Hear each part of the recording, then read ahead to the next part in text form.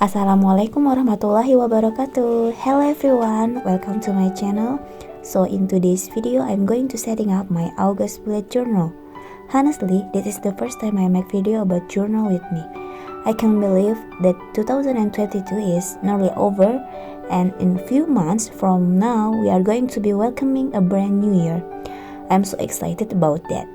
Okay, I will show my bullet journal in August. The notebook that I will be using is the simple book from online shop that I have bought. And now, without further ado, let's get started. The first page, I'm writing down basmalah, and I will try to make colorful page with different stickers of and brush pen.